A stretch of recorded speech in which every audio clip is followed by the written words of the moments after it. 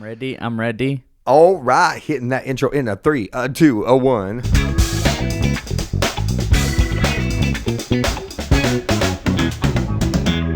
What is going on, ladies and gentlemen? Jose here at the First Round Bite podcast with our fourth installment of the Ripperooski segment. Happy Friday, mother effers. Or I'm sorry. Happy Friday, fellas. That's what I meant. Happy Friday, kids. Don't use bad language. But anyways, happy Friday. Hope you guys have an exquisite day. Steven, what we got today? Man, we got some good stuff. I like the use of exquisite. I appreciate it. No problem. Today, it is another iconic episode, just like all of our episodes. So today we are actually talking about. We're gonna go down the rabbit hole for a few minutes. So, CJ Stroud, that dude, he's gotten some weapons. He Hold on. Before we proceed with the episode. Oh wait, yeah, because we're recording our Ripperooski's stuff first, so I forgot the other That's right. episode would already be out by then. Yes. So okay, never mind. It doesn't matter. Sorry. Just kidding. But yeah, so CJ Stroud, he got a new toy. We all know that he got a new toy. I was looking on the NFL page and I saw the AFC South potential wide receiver trios, right? So the Houston Texans, they've got Stephon Diggs. What? Nico Collins and Tank Dell. The Colts, Michael Pittman Jr., Josh Downs, and Antonio Pierce. My Tennessee Titans, they got D-Hop, they got Calvin Ridley, and they got Traylon Burks for now. And then the Jacksonville Jaguars with that nasty trio of Christian Kirk, Gabe Davis, and Zay Jones. Hey, that's initial thought. I mean, first thought, we all know. I mean, at least we should all know who the best trio in that group is. Absolutely, Tennessee Titans.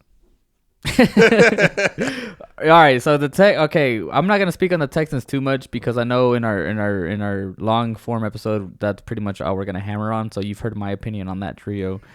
So speaking on the future, yeah, kind of weird, huh? It is weird. But anyway, so the Tennessee Titans, man, and I know we talked about this on our other Ripperooski's episode 3. That's right. I didn't really say anything about them, but they have potential. Obviously, what I like in that situation is, and the thing is, I don't know a whole lot about Traylon Burks, but I feel like he's being surrounded by some good receivers who can help elevate his game.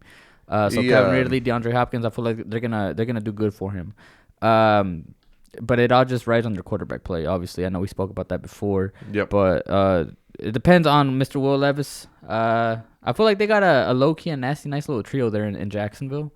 I feel, however, like this is Trevor Lawrence's make or break year, though. It is. It's either he literally has to make some noise in the playoffs, or you start thinking, is this really our quarterback of the future? Yeah, no, I agree 100%. And in all honesty, I don't mind the Colts. I don't mind that trio. I don't know a lot about Pierce, but I like Downs and I like Pittman. They're both solid. And then, of course, with the Houston Texans, they now have that nasty trio of Stephon Diggs, Nico Collins, and Tank Dell. And unless you've been hiding under a rock or living under a rock and putting your head in the sand, literally every single sports outlet is all about the Houston Texans right now, right? So I was checking on the page, right? I saw an interesting comment that kind of led me down the rabbit hole. It says, I can see Stroud breaking the all-time season passing record. What? The single season passing record? Single season passing record. Season passing record. So that led us to run down the rabbit hole again, of course.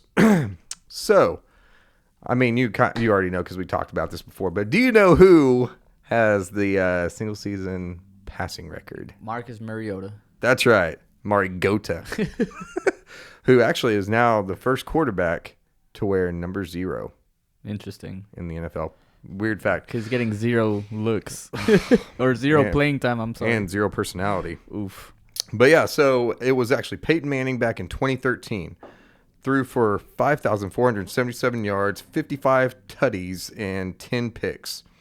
He also had 32 rushes for negative 31 yards and a touchdown. Wow. Yeah.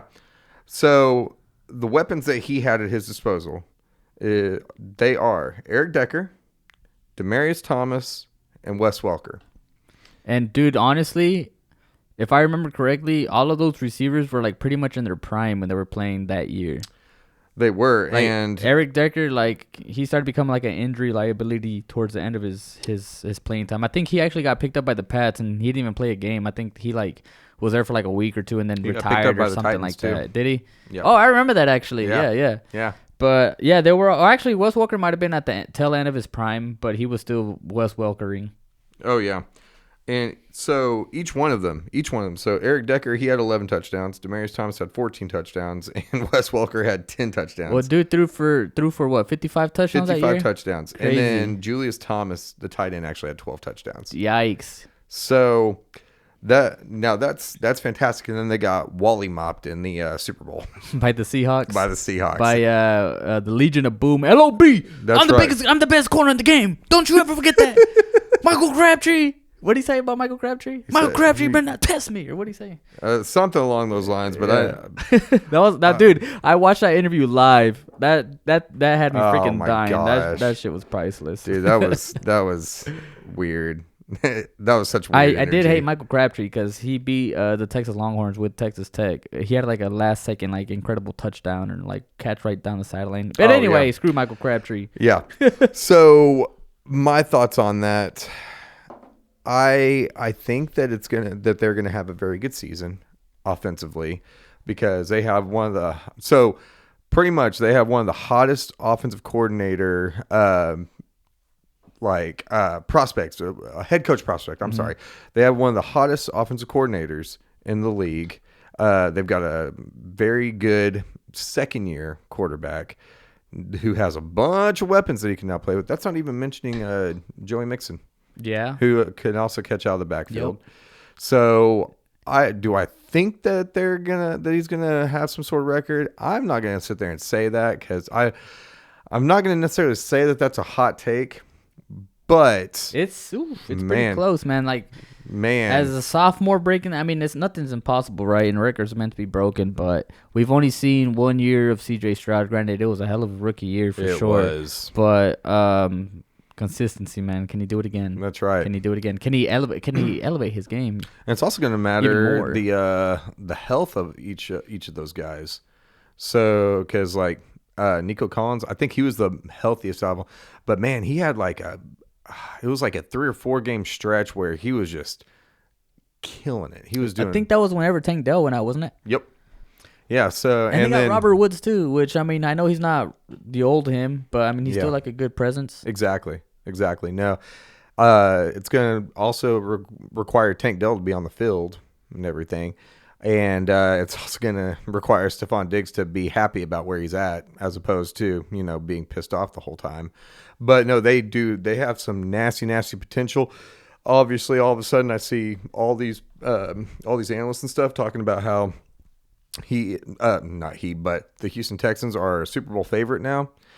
Don't know if yeah. I haven't seen exactly. that. I've seen that their odds of winning the Super Bowl have definitely gone up, but I haven't seen that they're Super Bowl favorites. Yeah, I saw that in a couple. They might have been meme pages though. The thing is, once we started this Ripperooskies segment, ever since then, literally my social media is just filled with the most random stuff, and I have to fact check a bunch of stuff. So, but a lot of it's pretty good. But yeah, no. So I thought that was a relatively hot take. Do I think that that CJ Stroud and that offense are gonna break the passing yards? I'm gonna go on record saying no. Man, I mean, I'm not gonna say it's Oh, like. I mean, here no. we What go. are the chances of that happening, dude? Like, I mean, I don't think it's gonna happen, but I'm not saying it's impossible. Well, then again, though, that record was set a decade ago. Yeah, by Peyton And Manning. By Peyton By Manning. Peyton Manning, and actually, I think he beat Tom Brady to get that record. Yep. So, yeah, It could happen. we got two legends he's got to surpass. That's right. And he's going to be dueling with Patrick Mahomes this year. So I feel like Patrick Mahomes would definitely beat that record way before Stroud would. I could see that You know for what I'm sure. saying? 100%. Which I'm not saying he's gonna do that next year, but I'm saying if the likelihood, right? So, hot take or no? Oh yeah. 100%. You got anything else for our wonderful, wonderful listeners? Appreciate you guys listening. I have a blast doing this. I couldn't wait. I couldn't wait to shoot these all week. Been thinking about it. But yeah, appreciate you guys. Guys from Germany, you guys are awesome. You guys keep us afloat. We also started getting a lot of following from the UK, the United Kingdom. Yeah. Shout out to you guys. I think we have some people listening from where the hell was it? Somewhere on the East Coast. I apologize. I'd have to double check. But shout out to all you new listeners.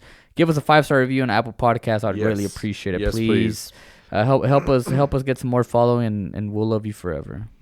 Absolutely. No, we are having a ton of fun doing this. This is one of the biggest things that we look forward to each and every week now, and a lot of that is thanks to you guys and everything. So keep them coming. We're going to keep these coming.